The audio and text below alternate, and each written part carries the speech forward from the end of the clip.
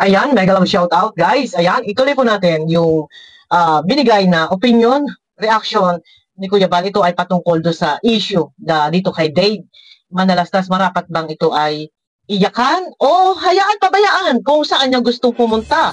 No? At alam naman natin na talagang nang ito ay mapunta kila Tatay Tekram ay 12 years old. So doon, develop yung kaisipan. Alam na niya kung sino siya, kung kumbaga yung ugali niya is developed na doon sa Divisoria, sa lansangan, maghapon magdamag o magdamag sa gabi lang kasi karamihan naman gabi namimili. So yun yung buhay niya. Walang sumusweto, walang dumidisiplina, walang magulang na nangingialam o magulang na gumagabay. No? So, nanay niya is, sabihin natin yung broken family. Nanay niya, pinabayaan siya. So, yun yung buhay niya.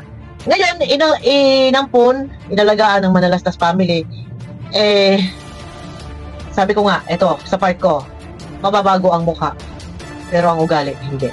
Kung ano siya before, kung ano yung kinalakihan niya, ng 12 taon, yun at yun ang ugali. Mababago ang mukha, no? Pero ang ugali, yun pa din. Ay, pilitin natin, gustuhin natin na dito ka. Ito yung gagawin mo, ito yung ugali mo. Huhubugin kong pagkatao mo, no. Hinubog, tinuruan, natuto nga. Pero, ano ba nangyari? Ito guys, panoorin natin, suportahan po natin, Bal Santos Matubang, syempre, Kalinga Prab, Tekram, Pugo Bihero, and syempre, Archie Hilario. Yun guys, no? Yung ganyang edad ni Dave, sakit ang ulo mo dyan. Sasakit lang ang ulo mo dyan. Oo. Bakit? Akong palengke. Kinuha mo 5 taon. O 5 taon. Ilan taon ba sa din kinuha ko? 8. Correction lang. Kinuha na ko si Dave, 12 years old. And then, 5 years na inalagaan. 12, 13, 14, 15, 16, 17 years old na siya ngayon. So, 5 years. 12 years old. So, talagang isip, ano na yan matured na Anong grade na yan? Grade 6 dapat. 12 years old. Or grade 7. Yan. Grade 6 or first year high school. Tama, first year high school. Taon? Ano yan? Mahirap lang turuan niya ng ganong edad. Mahirap lang respetuhin niya. Buo na yung kanyang utak yung kanyang pag-uugali, yung karakter niya buo na. Tama. Mahirap lang turuan niyang ganyang klaseng bata. Kasi mula, akala mo yung mabait.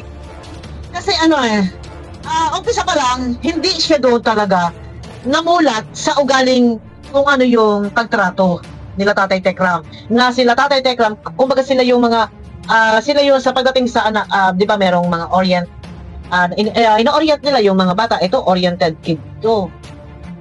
Si Dave, grade 6 or first year high school.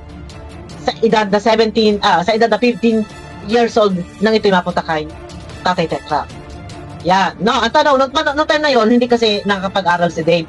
Ito ay pinag-aral pa ng Manalastas. So doon, hubog na yung kanyang kaisipan, buo na yung isip niya. Alam niya kung sino yung nanay at tatay niya, alam niya, broken family siya, alam niya yung mama niya, na gumaganon yung mama niya. Hindi na malingid sa inyong kaalaman na may bisyo. So, sabi ko nga pa ulit-ulit natin sinasabi, mababago ang mukha, pero ang ugali ay hindi. No, and yung ahas, ibang anyo man yan, magpalit man balat yan, ahas pa rin yan. Yun, mga kasabihan yan. Ito isang halimbawa lang na kasabihan. Ano po, hindi natin, correction lang, hindi natin sinabing yun si Dave. Mga kasabihan yun. No, tuloy. Ano mo nakuha niya na? Ayon sa mga kwento, marami na siyang ginawang hindi maganda laban sa'yo. Yun nga Yun nga Nandun na 2 months, daan-daanan lang daw si Tatay Tekram, hindi pinapansin, hindi kinikibo. And then, para kawalang respeto din, pagbabypass din yung ginagawa niya, na siya nakikipagsabuatan doon sa ninong, rekta lang pinapadala sa kanya yung pera, na ito hindi alam nila Tatay Tekram. So, kawalang respeto, for respeto ba?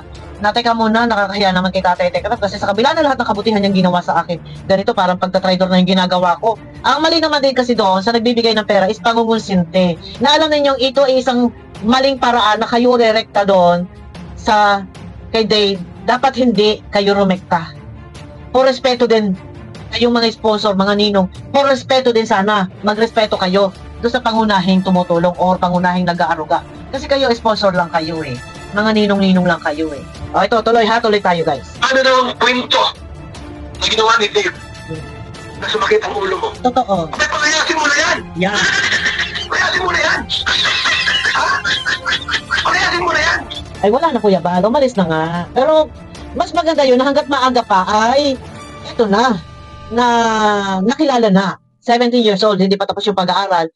Okay na ito na nakilala na. Lumabas ang tunay na kulay. Yun, no? Okay na yan. Wala na Kuya Bal, no? Sila palayasin mo na! Bakit mo ni Berte? Sila palayas yan? Pag mag-iyak ka, mas mag-iyak. Ito, as tumayong ama, naging ulirang ama, naging ulirang magulang si Tatay Tekram kay Dave.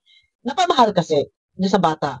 Naawa kasi yung nung time na nagbubuhat ng ganun kabigat. So, naantig yung puso, normal, napamahal. So, expected natin talagang masakit po sa masakit.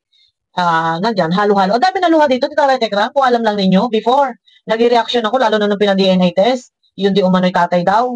Oh, nag-reaction tayo dyan noon. Ang dami ng luha dito. Oh. Ay mo, huyo! Bahala ka. Sa iyo naman yan eh. Ito guys. Ang akin lang guys, ganito yun eh. Kahit anong gawin, na pag talagang, teka, wait lang, may ads kasi. Kahit anong gawin natin, doon sa isang taong hubugin natin yung kanyang pagkatao. Kung ito man ay dumating sa hubog na, may isip na buo na yung kanyang buhay. May nanay, may tatay, kilala niya. Ito yung buhay niya. Sanay siya doon sa lansangan. Yun at yun ang kanyang ugali. Sanay siya doon. Gustuhin man natin dito ka, ganito, nasabi ko na kanina eh. Ito yung ugali na gagawin mo, magkakaroon ka ng respeto, kikilalanin mo ang Panginoon. Maaari yung mga bagay na yan eh, napilitan lang siya kilalanin ng Panginoon eh. Dahil nga gusto nila, Tatay Tekram, pagkakain ng tanghali, kailangan tutulog. Bawal maglaro, ay gustong maglaro, anong ginawa? Tumatakas. Tapos, pupunta doon sa sementeryo hanggang gabi. Kaya minsan napalo. Yun, di sinusumbat hanggang ngayon. Yun siya eh. Gusto niya talaga eh. Ginagawa niya yung bawal. So, mahirap talaga pilitin kasi gusto niya, tatakas siya. Kinikwento niya yun eh. Tatakas siya, hindi siya nagpapasako. Kasi nga, nakalakihan niya kasi yun. Na siya ay nasa lansangan. No? Kuya si Rito. Kung ayaw mo kinig. Ako ay lumayas yan. Hinigaan ko lang. Buti nga lumayas ang loob ko. Hindi ko ayaw mo naman. Bahala ka sa buhay mo. Buhay mo yan. Kuya ba, nakaka-distract yung sound effect mo? Ayan, puro tao pero ay mas maganda naman. Kumbaga hindi naman paka-serious yung pagbibigay ng opinion ni Kuya Pan. Mira, ito yung si Gracia. Isang buwan pa lang.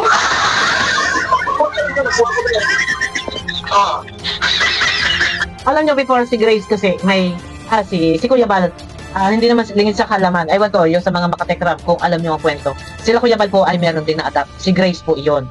Yon. Pero si Grace po nasa pulan, pagkabata, nasa poder nila Kuya Bal. Yeah, pero ngayon okay, maayos, maganda. No? Umalis si Grace pero bumalik. Pero wala silang nasabi na wala silang. Kasi iba naman ang kwento kasi guys. Pero naikwento ko lang, nabanggit ko lang na sila Kuya Bal, meron ding na-adapt si Grace yon, no? Kung ako isang buwan ko lang, siguro po, nakita niya yung pag-aalaga namin. Saka, diba? Iniisan, realize niya na ako naman ba inalagaan nila Si Grace kasi umalis, pero bumalik kasi na-realize niya na yun nga, magiging maganda ang buhay niya. Pero yun na guys, no, sa mga gusto makapanood po ng kabuuan video, maaari niyo pupuntahan kay Kuya Bal. Pero ito na, kung hindi kasi pwedeng, ang puno ng mangga, di ba may kasabihan kung ano ang puno, siyang bunga. Puno ng mangga, syempre, mangga din ang bunga. No, hindi kasi po pwedeng, puno ng santol, mamumunga ng manggang maasim. Parehong maasim. Santol maasim, mamumunga din ng manggang maasim. Siyempre, puno ng santol, bunga din yan, puno din, bunga din yan, santol din. So, ito na nga, kung may kasabihan kung ano ang puno, siya din ang bunga. Siguro, ayun ang na yung ugali, ewan ko kung ito ay totoo, yung kasabihan nila na namana daw doon sa ina. Kasi alam niyo yung ina, parang walang pakialam sa kanya. Pero ito yung mas gusto niya maging malaya. kung ikukumpara po natin ang buhay na ito yung buhay buhay ni Apple at buhay ng Manalastas, sila ay sabihin nating huwarang magulang.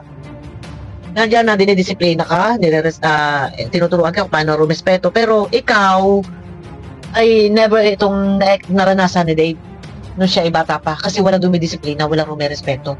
So siguro nanibago, nagulat na nabigla pagdating dito sa Manalastas family. Siguro nung mga panahon lumipas, baka yun ay puro pagtitiis na lang ang ginagawa niya, no? Dahil nga, 12 years old, binata na yan, na dumating sa Manalastas family. Siguro hindi lang ng time na yun na natulian pa. Baka, ewan ko kung sino na ba nagpatuloy dito, kung Manalastas na ba nagpatuloy dito. Pero kung tutuusin talaga buo na ang kanyang pagkatao, kanyang kaisipan, alam niya kung ano siya before. Siguro, nabigla, nung napunta sa Manalastas dahil nakakulong siya sa mansyon. Ito yung buhay mo. Ay, nanibago. Mas malaya siya doon. Gagawin niya ang gusto niya. Ito na. Ang pinakamasakit kasi dito, guys, merong mga konsentidor na rumirekta ng pinapadalhan ng pera. Siguro napapangakuan, mabubuhay ka kahit wala ka dyan. Kami magpapatuloy ng iyong pag-aaral. Bibigyan ka na namin ng magandang bukas. Siguro kaya ganito. Nagkaganito. Pero yun na, kung umiyak man sila Tatay Tekram, normal, nagmahal. Itinuring kasing anak. Kaso problema, yung batang itinuring nilang anak, hindi naman yata na sila mahal. No, ika nga ay pagtitiis na lang siguro yung mga nalalabing na tirang panahon na nandyan na nagtitiis, pero tumatakas-takas na. Pero kung ito'y walang nasa likod, na nagpalakas sa kanyang loob, maaaring nandiyan pa yun sa Tekram, kila Tatay Tekram. Kaya lang, wala. Ayun. Pero yung mga sinasabi ni Kuya Bal, tama lang iyon. Pero yun, no. Ito ha, lumalabas sa update ni Daisy, si Dave daw ay nandun sa ina. Hindi po natin alam. Maaari ito'y palabas lang na nandun sa ina para safe. Hindi masabing sila ay wakwak or hindi masabing sila ay nandulot or nangidnap. No, para safe. Pinalalabas na nandun sa ina. No, para, yun mga ganong strategy. Palabasin natin or i-announce mo, sabihin mo nandun sa ina. Di ba? Para hindi lumabas na sila ay nang wakwak or nangidnap. Pero gano'n pa man ay, wag nang iyakan siguro. Pero yan, naiyakan na, nandiyan ay, nagmahal lang kasi. No? And sayang yung mga panahon sila ay masasaya, yung mga bonding nila. Kalam talagang pamilya, nagsusubuan sila, nagyayakapan sila. Gano'n na lang, pero sinayang mo din. Napakasarap magkaroon ng isang pamilyang kagaya nila Tatay Tekram. Na yung pagmamahal talagang parang sobra, walang hanggan. Na ang gusto lang naman ay, kita naman natin yan guys. Parang sila yung, yung huwarang magulang. No, parang sobra yung pagkikare sa mga bata, and siguro normal lang naman din pati yung pagdidisiplina or pagpapayo, advice, pagsisermon, normal lang yan, common na po yan sa mga kabataan sa panahon ngayon. Ayun na guys, abangan nyo ako sa akin next video. Ang mga nalalabing pa natitira mga vlog live ni Kuya Bal, panoorin nyo po at may bagong update si Kuya Bal patungkol din dito kay Dave. Mega shoutout guys, abangan nyo ako sa aking next video po.